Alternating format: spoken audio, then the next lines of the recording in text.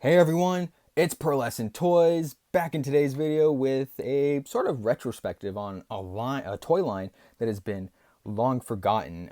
It is the Movie Masters Superman, Batman, and Bane. You might be asking yourself, like, what the hell is Movie Masters? Movie Masters was a toy line from Mattel that focused on a bunch of movies, mainly what they were known for were making DC figures from DC movies from the late 2000s to the early 2010s.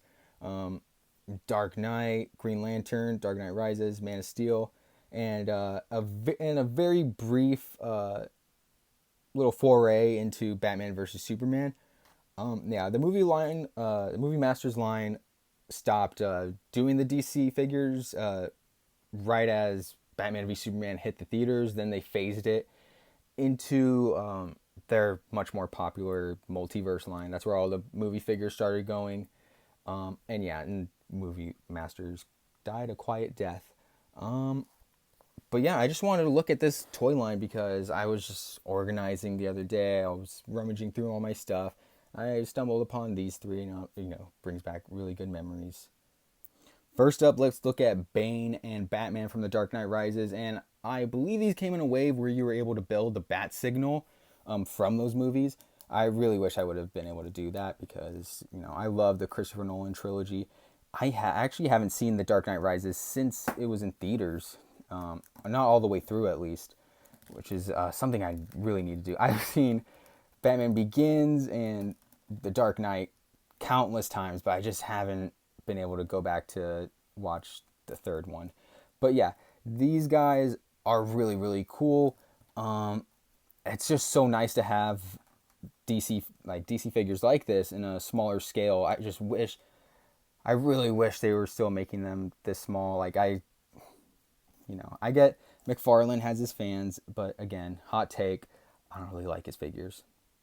Going over the details of the figure, and yeah, you might be noticing like there's like certain like paint missing here and there. There's like scratches. Um, yeah, so I got these toys when I was 12. I think Man of Steel when I was 13. And back then, toys were toys. Toys were meant for playing, not for posing. So I'd have him like battling out the Avengers and stuff, or battling with them against the forces of evil. But yeah, just the detail on this guy's sculpt is so good. That ab crunch looks really nice, and the likeness is actually pretty all right. Like this was before digital real technology was a thing, so yeah, it looks really nice. But yeah, going down to the legs, still like the detail is amazing. I'm not too sure about that. Uh, what is that, mid thigh swivel? Yikes! That goes to show how old these figures are. And going down to the boots, even like continuing to the bottom, the soles like are just so detailed out. They look so amazing. And the back over here, really sad that Mattel had to lose that license. I think if they had held on to it for just a few more years, they could have done so many great things. Yeah, bummer. Going over articulation, the head is on a fixed ball joint, so you're not going to get too much movement out of it. It's going to go up that much, down that much, a little bit of pivot, and then it goes side to side.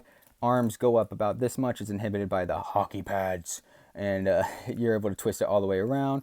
Upper arm swivel, single jointed elbow, doesn't even crack 90 degrees, and just a wrist rotation there, nothing too fancy. And then you got the ab crunch, of course. It goes back this much, goes forward that much, uh, waist swivel.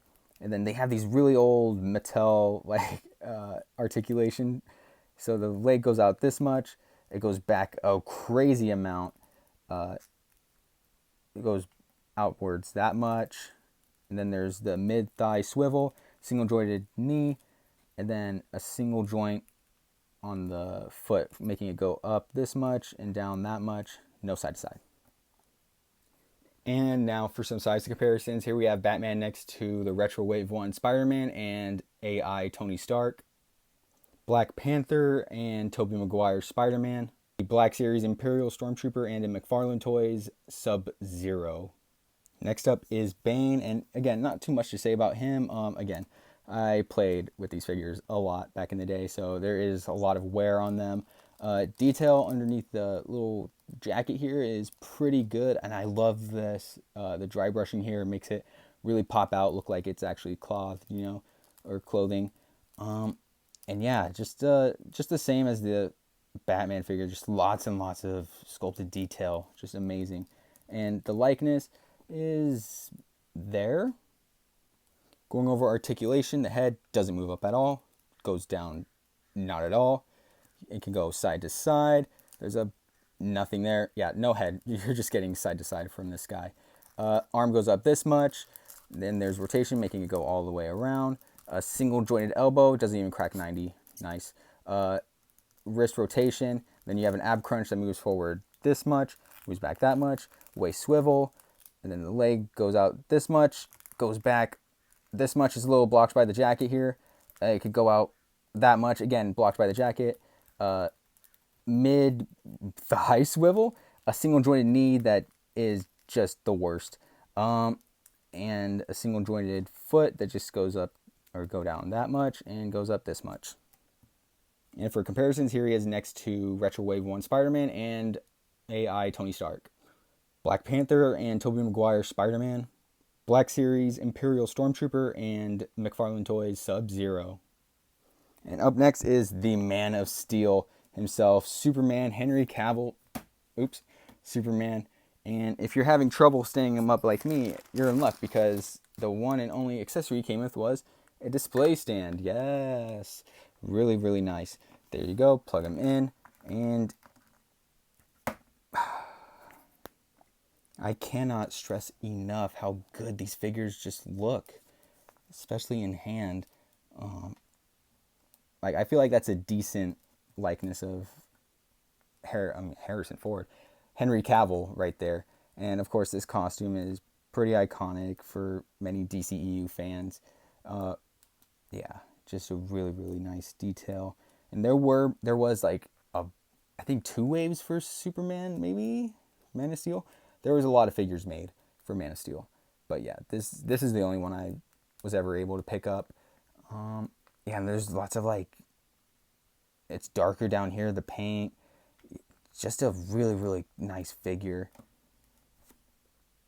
And even goes down the boots, doesn't go on the soles, but that's okay, Yeah, just that detail right there. And the sculpt, pretty nice. For articulation, the head doesn't go up at all, doesn't go down at all. Just moves side to side, that's it. It goes up a pretty good amount, and then goes all the way around. And then there's a upper arm swivel, single jointed elbow, 90 degrees, nice. A wrist swivel, and then there's no articulation in the abdomen, which is kind of a bummer. There's a waist swivel, then those weird Mattel thigh joints where it goes forward that much, back that much. It goes out a pretty good amount. And then there's the mid thigh swivel, single jointed knee, and then the single joint in the foot, making it go down that much and up that much. And for the final batch of size comparisons, here we have them next to Retro Wave 1 Spider-Man and Tony Stark AI, Black Panther and Tobey Maguire Spider-Man, the Black Series Imperial Stormtrooper and McFarlane Toys Sub-Zero, and finally here we have Batman and Bane with Superman, and the Marvel Legends Spider-Ham. And yeah, overall, I just really wish this series was still going today. I wish it was just a little bit taller. You know what I should say? I just wish there was a DC Legends line. Yeah, I wish Hasbro were able to make DC figures as well. Just so you can mix the two displays up. But that'll never happen because they are mortal nemesis. And yeah, if you were wondering why I kept using this Sub-Zero, this is literally the only McFarlane figure that I own. Well, scratch that. It's the only one that I own that's open. The other one is Geralt of Rivia up there. But yeah, that'll do it for today's video. I hope you enjoyed. Please like, comment, subscribe, share with a friend. Anything to do to help grow the channel will be greatly appreciated. And with that, I will see you in the next one. Bye.